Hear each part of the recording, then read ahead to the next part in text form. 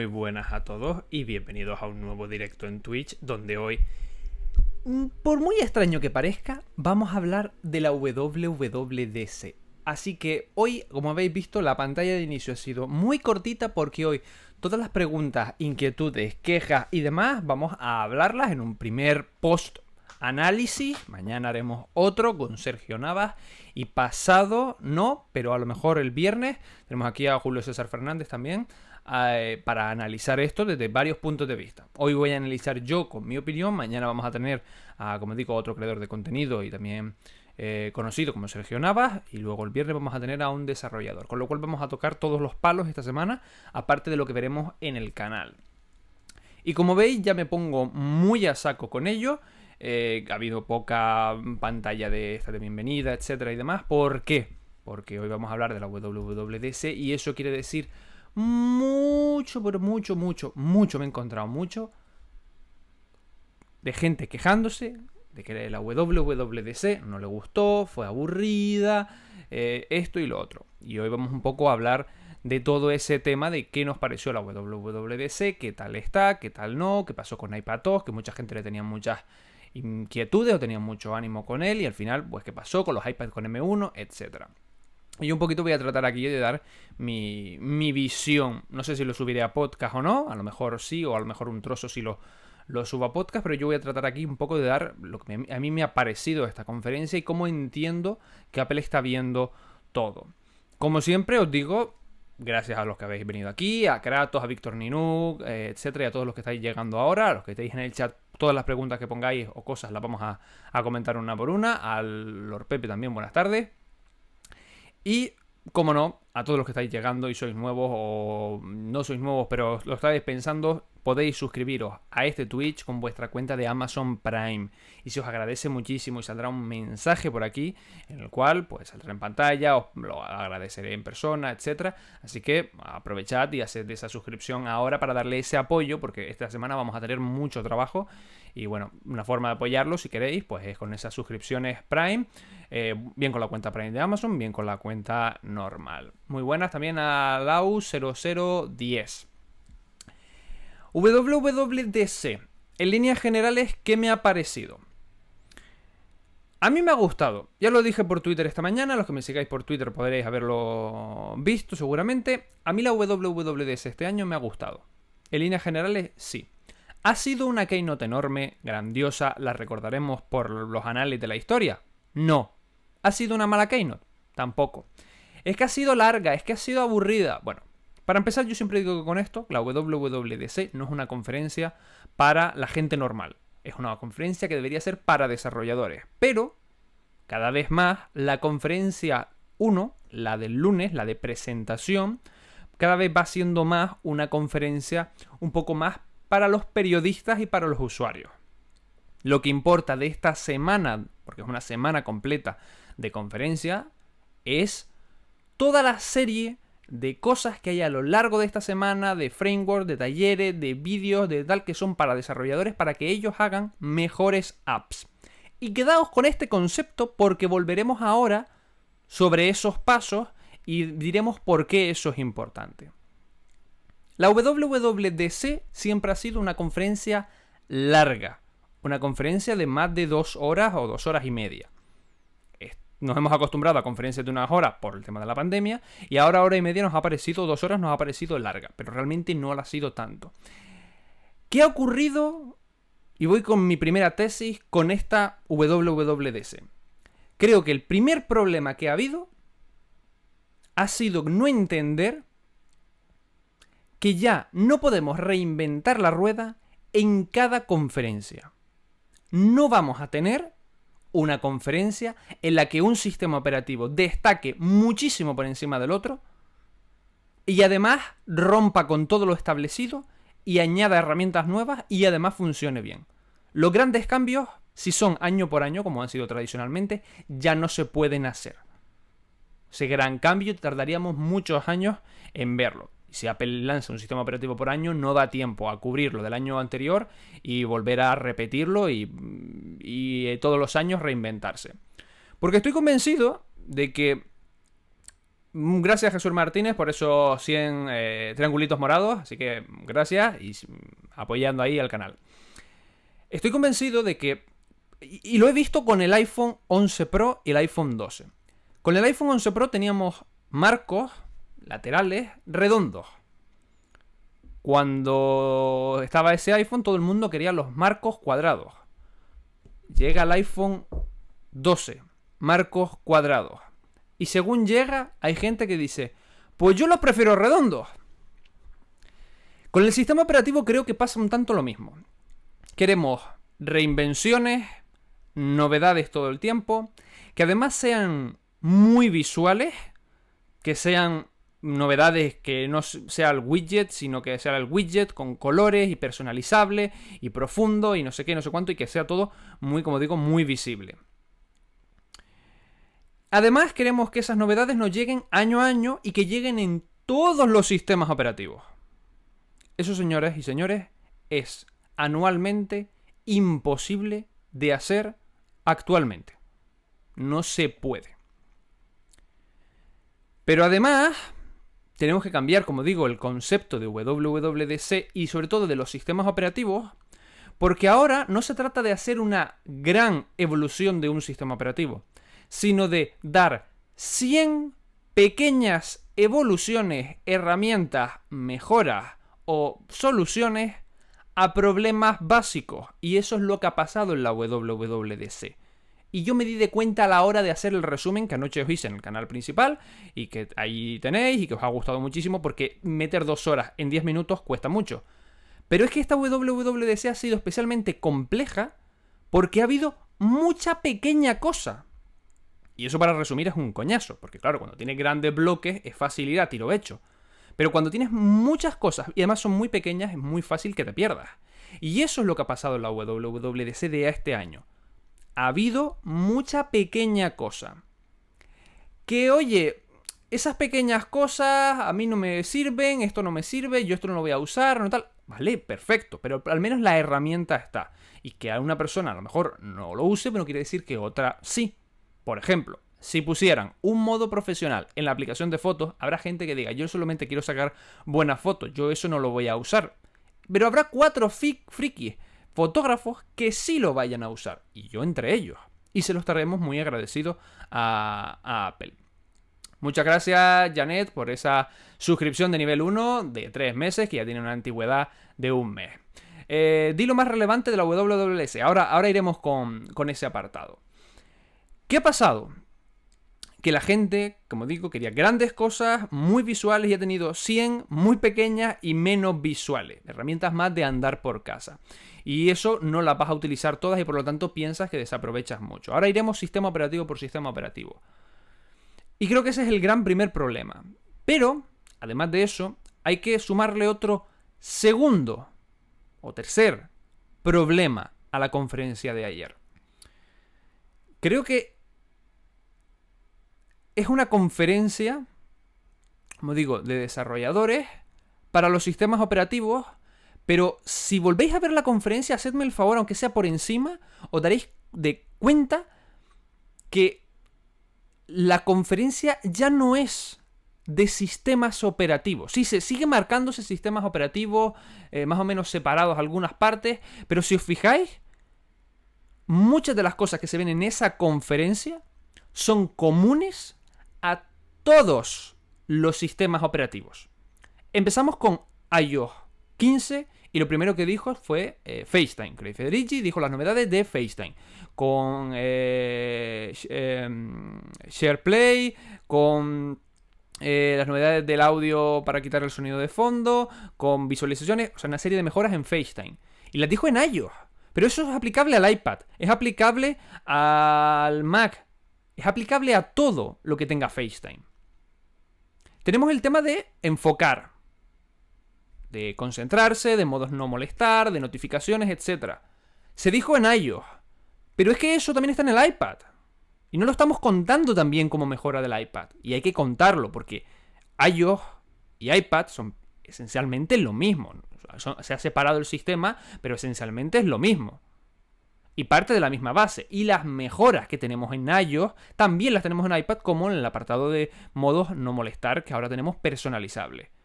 Y eso también lo tenemos en el Mac. Lo que no vamos a hacer es repetir lo que tenemos en el iOS, lo repetimos en el iPad y lo repetimos en el Mac.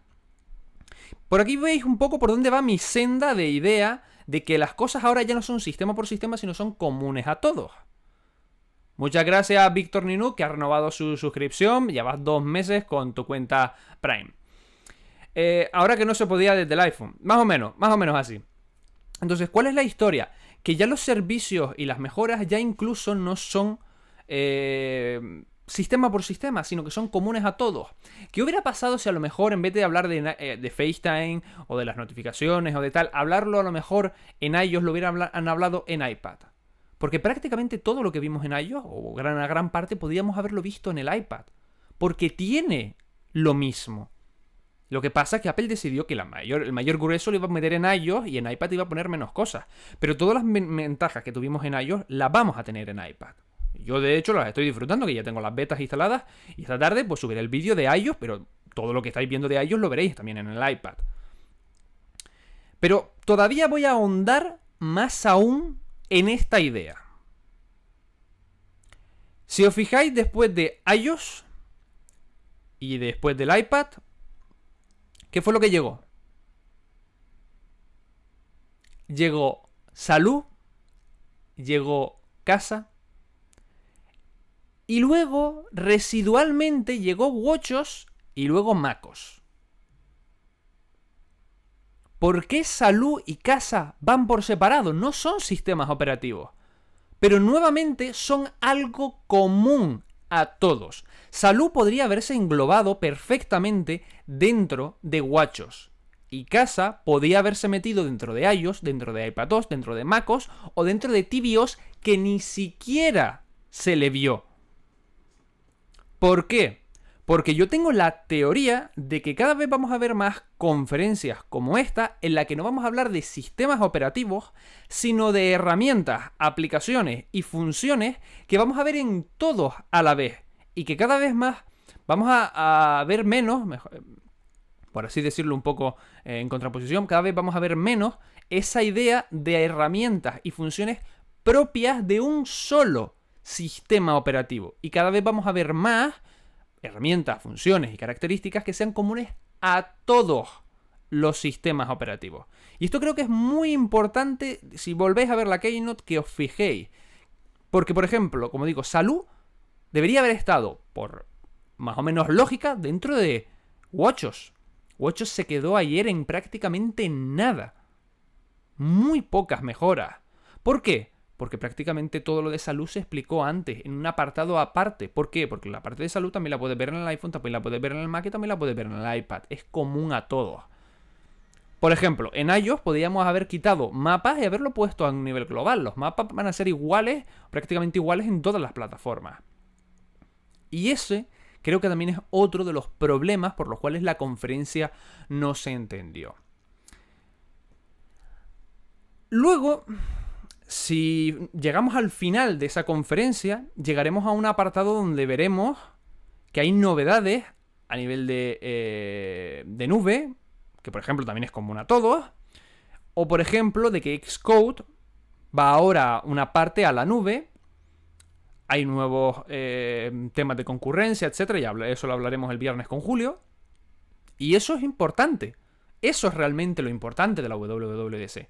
Porque eso va a permitir luego que los desarrolladores, y conecto con lo que dije en el principio, que los desarrolladores puedan coger y crear esas aplicaciones que tú realmente quieres ver en iPadOS, en iOS, en MacOS y en el resto de los sistemas operativos. Y eso es lo importante y lo que la gente no termina de entender. ¿Qué ocurre? Que luego, si hablamos de aplicaciones, todos queríamos aplicaciones profesionales en el iPad. Y ahora voy a entrar en el tema iPad. Me voy a mojar de cuál es mi opinión. Yo ya sabéis que antes de todo esto os dije, no esperéis grandes cambios en iPadOS. ¿Pensaba que iban a ser más? Sí, pero no han sido tantos. Pero dije, no esperéis grandes cambios. Y podéis ir al vídeo, el previo, y está subido con la fecha, o sea que no puedo mentir. Ni me las estoy dando ahora de tal. Simplemente id ahí y lo veis. iPad 2 no iba a ser gran cosa porque ahora los iPad tenían M1.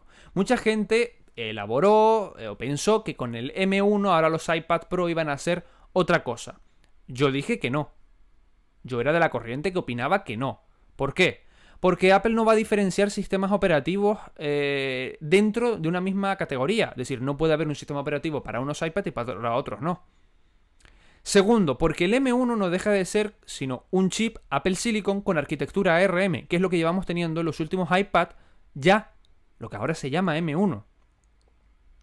El chip Apple Silicon 0 era el A12Z, con el cual se probaron los Mac Mini cuando se desarrolló por primera vez el tema de Apple Silicon y se dieron los packs de Mac Mini para desarrolladores. El pack de transición. Llevaba un A12Z, el mismo que tengo yo en mi iPad. Y también es un Apple Silicon.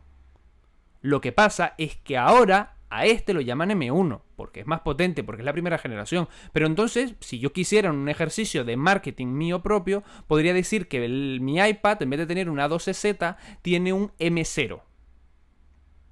Es un ejercicio de marketing.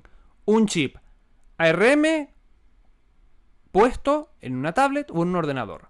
Lo interesante aquí no es que esos chips estén en el iPad. Ya estaban en el iPad Pro 2020, en el 2018 y en algunos anteriores. Lo interesante es que eso se pueda portar al Mac y el Mac funcione muy bien. Esa es el gran hito de Apple. Conseguir llevar esos procesadores al mundo de los ordenadores, no que traigamos cosas de los ordenadores al Mac. Y aquí la gente se piensa que hemos traído algo del Mac al iPad. No, no, señores. Traímos algo del iPad al Mac y ahora se devuelve al iPad con otro nombre. El A12Z viajó del iPad al Mac Mini, evolucionó y volvió al iPad. Lo que pasa es que volvió con el chip M como nombre, pero no deja de ser un procesador basado en ARM. Eso es lo que quiero dejar claro para que la gente lo entienda como base. ¿Que eso puede dar lugar a que el iPad evolucione más o tal cual? O por ejemplo, están preguntando aquí, ahora leeré todas las preguntas. No os preocupéis que todo lo que preguntéis lo voy a responder ahora cuando termine la parte un poco monólogo, que irá un poquito para podcast. Es que no pudieron utilizar más RAM, 16 memoria de RAM. A ver, el iPad actual tiene 8 y 16 GB de RAM, de memoria RAM, por el tema de que es el mismo que tienes en el MacBook Air en el iPad, por una historia de procesos en serie y fabricación en masa. A Apple, le sale más económico fabricar ese mismo chip para los dos, aunque en el iPad no se aproveche tanto, que fabricar una línea de producción para el Mac y otra para el iPad. Y como ahora los dos están con la misma arquitectura, puede permitírselo. Antes no podía, ahora sí puede. Es una cuestión de que es el mismo chip capado y a Apple le sale más rentable, para que lo entendáis, coger el chip M1, quitarle la parte de ordenador y que el sistema tire hasta donde llegue, aunque no lo aproveche del todo, como en los Mac, porque es un chip de Mac diseñado para el Mac, le sale más económico quitar esa parte y dejarte el M1 dentro del iPad capado que fabricar un A14X, que era lo que tocaría, versión para el iPad. Le sale más económico. Y esa es la cruda realidad. Pero eso no lo hace Apple, lo hace Apple y lo hace todo el mundo. Hasta las fábricas de coches.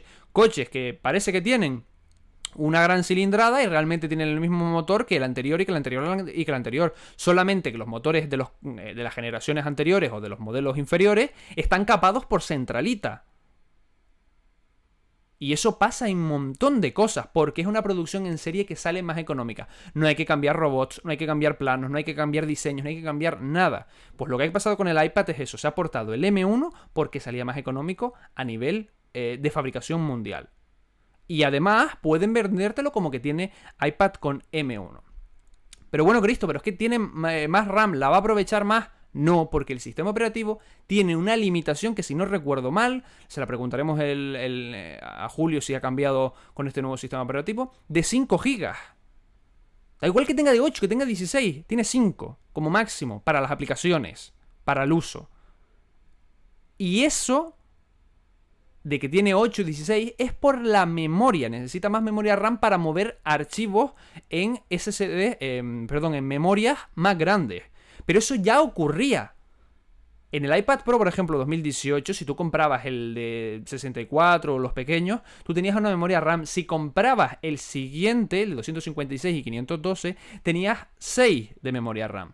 ¿Por qué? Para mover el tema del almacenamiento. Simple y llanamente. No iba más rápido ni más lento, iba igual. Y en el iPad Pro 2020 directamente pusieron 6 a todos, porque con eso les daba y les sobraba. Y eso es el problema de base para luego construir, con perdón, castillos en el aire. Y con esto no me quiero meter con nadie, pero creo que la gente fue con muchas expectativas y con una lista de cosas que reclamaba a Apple de iPadOS y de iOS y de todo, pero sobre todo del iPad. Porque como vieron el M1 en el iPad, dijeron, va a haber esto, va a haber lo otro, va a haber lo otro, va a haber el santo y grial ahí en el iPad.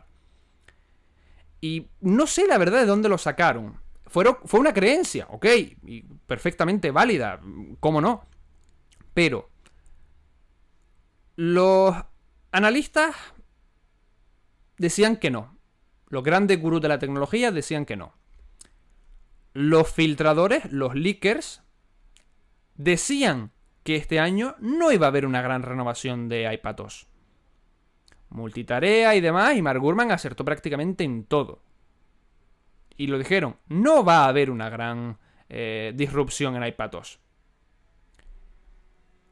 Los comunicadores, una parte, no toda, pero una parte sí dijimos que no iba a haber una gran distensión en iPadOS. Por lo menos por lo que viene siendo el M1. Y finalmente ocurrió que llegó la WWDC y teníamos razón. ¿Eso quiere decir que es un mal dispositivo el iPad Pro? No.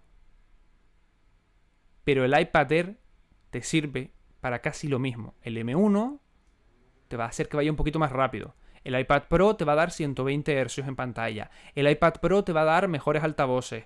El iPad Pro te va a dar una serie de configuraciones, Face ID o de otra serie de historias que no te va a dar el Air. Pero por el simple hecho de tener M1 no vas a tener aplicaciones diferentes ni vas a tener un sistema operativo diferente. Y ese fue otro de los errores que la gente ha tenido. Querer partir iPadOS en M1 de adelante y M1 para atrás. Cristo, pero es que entonces, ¿por qué se llama Pro? No es profesional, no tiene aplicaciones profesionales. Pues, ¿qué os dije al principio de este episodio? Las aplicaciones profesionales no vendrán, ayudará, pero no vendrán porque alguien ponga un M1 en el iPad y porte lo que ya está en el Mac, sino porque los desarrolladores se le ocurren y hagan mejores aplicaciones ya para iPad. Y eso pasa por darles todas las herramientas posibles y corregir la mayor cantidad de cosas posibles en los sistemas operativos. Y por eso la WWDC es interesante y es importante a nivel de desarrollo, para darles las herramientas y que luego ellos puedan crear esas aplicaciones profesionales que realmente necesitamos. No he querido utilizar la palabra hasta ahora, pero es un poco marketing. Tenéis que entender que Apple es una empresa y te va a vender las cosas como quiere. Pero es que nosotros además, me voy a incluir incluso en eso, aunque yo no opinaba así, pero me voy a incluir, el público pensamos muchas veces por encima de nuestras posibilidades. Es decir, nos dicen, este es el iPad con M1, y yo ya estoy diciendo que Apple, no preguntando o cuestionándome, ya diciendo que Apple va a sacar un sistema operativo que lo va a romper y que va a tener Final Cut y que va a tener no sé qué y que va a tener no sé cuánto, porque sí, porque no le habrán puesto el Thunderbolt por nada. Bueno, señores, ¿qué pasa? De aquí para atrás los iPads no tenían conectividad, no tenían pantalla 120 Hz, no tenían procesadores tan potentes que desde el 2018 eran tan potentes o más que muchos portátiles. No teníamos eso ya. ¿Por qué no se ha hecho hasta ahora?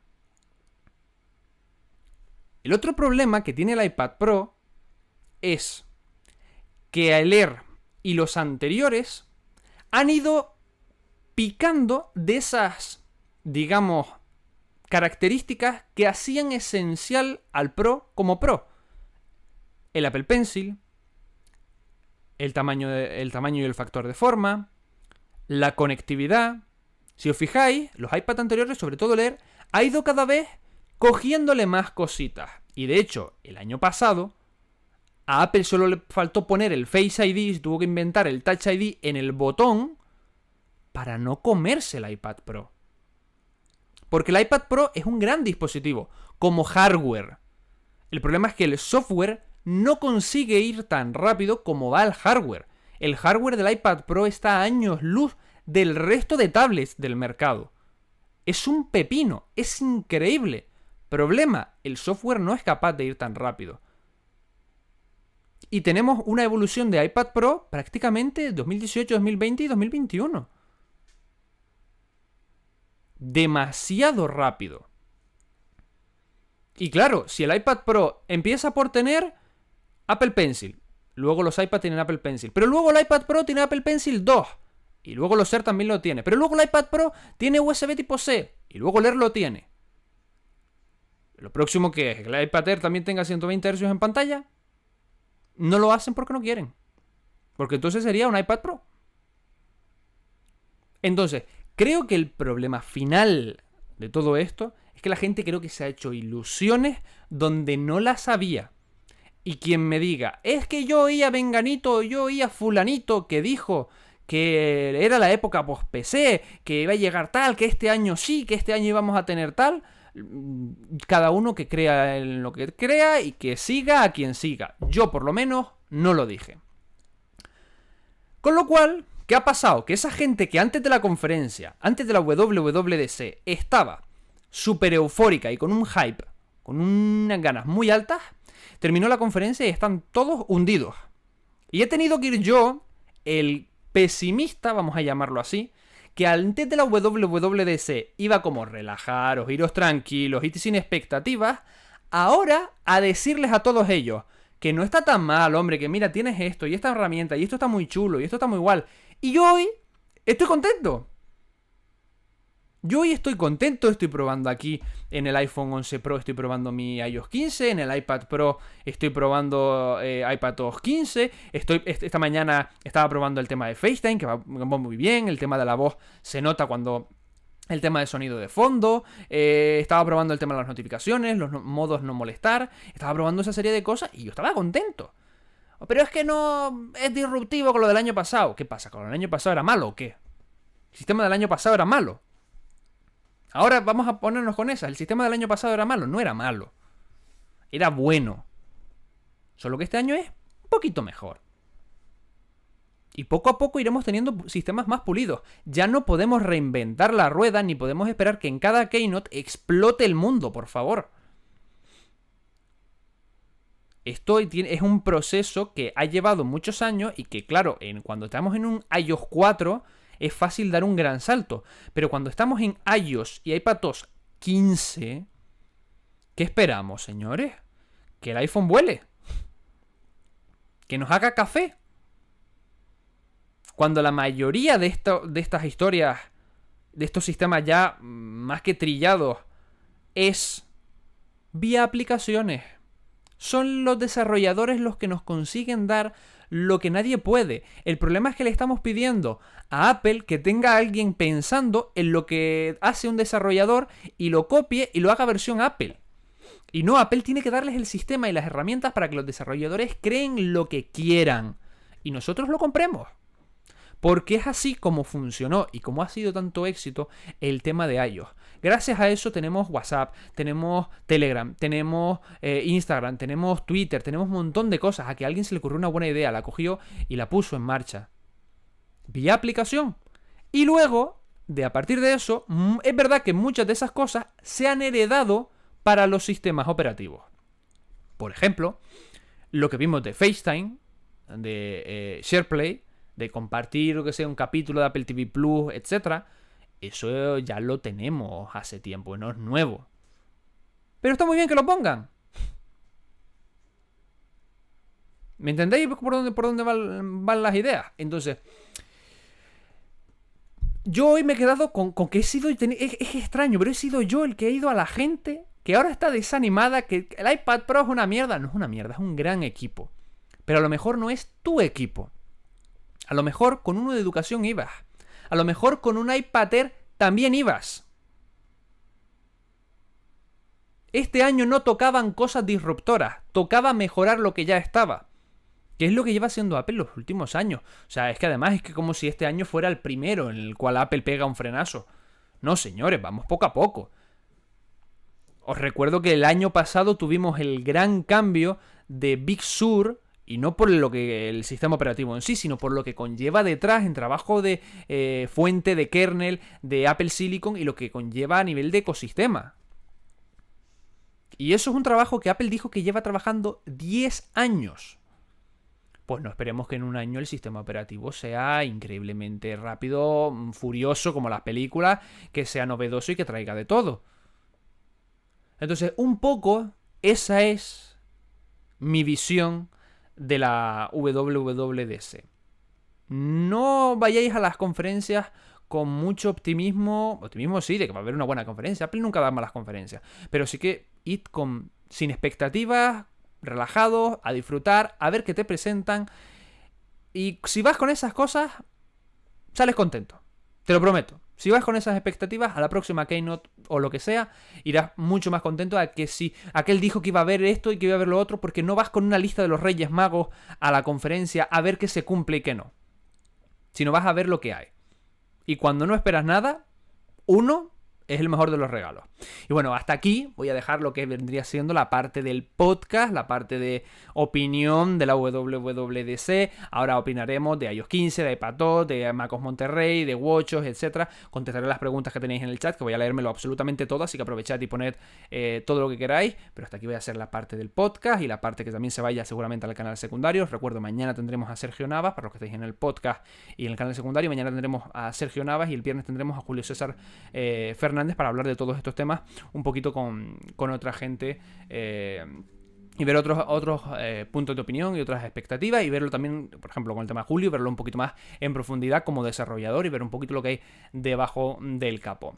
Así que muchas gracias a todos, recordad 5 estrellas en podcast, dadle like si estás en YouTube y nos vemos en el próximo vídeo, episodio o lo que sea. Chao.